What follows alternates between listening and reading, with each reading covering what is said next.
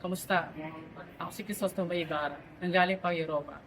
Ako ay nagsunog ng kilay upang mas maging matulis pa ang aking kaunawaan at makatulong sa bayan. Oo, oo, ako ang nag-iisang anak ni Don Rafael.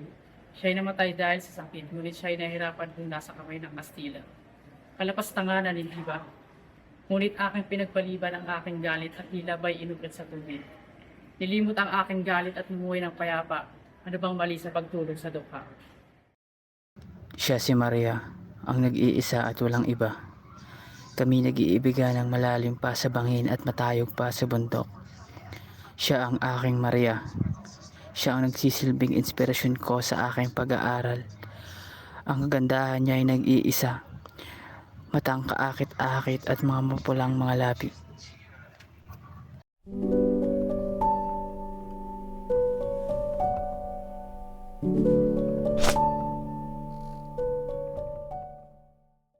Hindi maaari.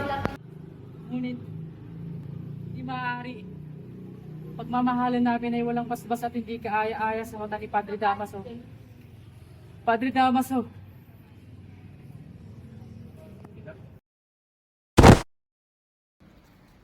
Sino ka para lapastanganin ng aking ama? Hindi na ako natutuwa. Sumpain ka, Padre! Kahanga-hanga ba ang aking ginawa? O magat lang ako sa pahid sa akin ay inihan. Ako'y nakulong at nabilanggo at nalagay sa aking mahal. O Diyos ko, kung ikaw ay totoo, bakit umantog sa ganito? Ako'y nakulong at nabilanggo. Ako'y nakalaya sa tulong ng isang general. Ngunit muling nabilanggo dahil napagkamalan na isa sa mga kalaban ng bayan.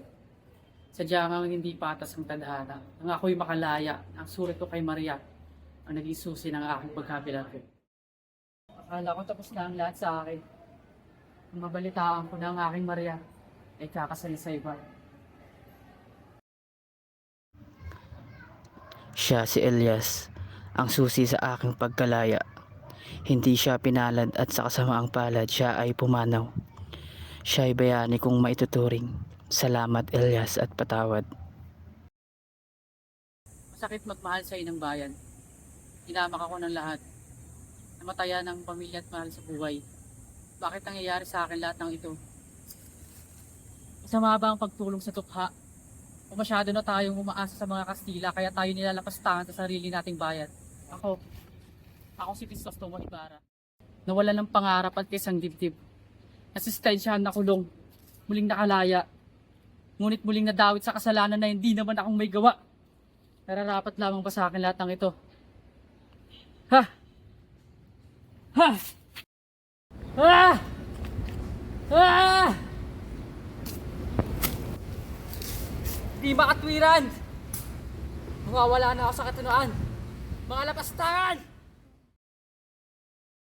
Hindi ko gusto ang ganitong buhay. Bakit? Bakit? Lecheng mga Kastila.